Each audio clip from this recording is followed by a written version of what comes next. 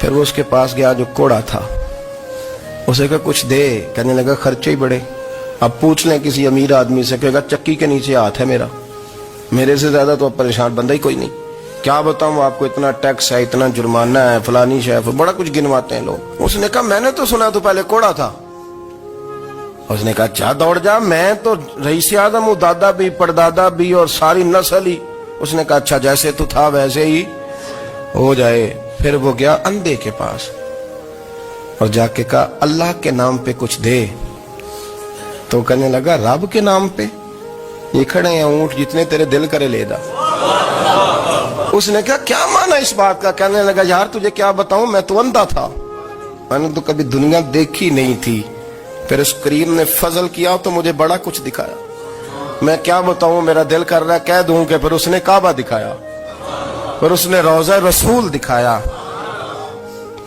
پھر اس نے ریاض الجنہ کے سجدے دکھائے، پھر اس نے اپنے محبوب کے دروازے کی رونقیں دکھائیں، اس نے بڑا کچھ دیا، اس نے بڑا نوازا۔ میرے پاس تو شاید میں بدکار پرانا خادم، کسے در ملی نہ ٹوئی، واصف یار نے نظر جو کی تھی پھر واصف ہی ہوئی، یہ تو اس کا کرم ہوا۔ تو یہ وہ کہنے لگا تو اللہ کے نام پہ جان مانگ، میں وہ بھی دینے کو تیار، میرے پاس تو شے کوئی نہیں تھی، مجھے تو اپنا پتہ ہے، میں تو کوئی شے نہیں تھا، کچھ نہیں تھا میرے پاس، یہ تو ان کا کرم ہے کہ رخ ان کا ادھر ہے، اور مختصر سی میری کہانی ہے، یہ جو بھی ہے ان کی مہربانی ہے۔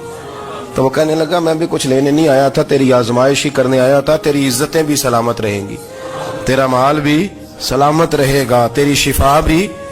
اپنی زندگی میں کبھی بھی اللہ کی بارگاہ سے توجہ ادھر ادھر نہ کریں، چھوڑیں لوگ کیا کر رہے ہیں،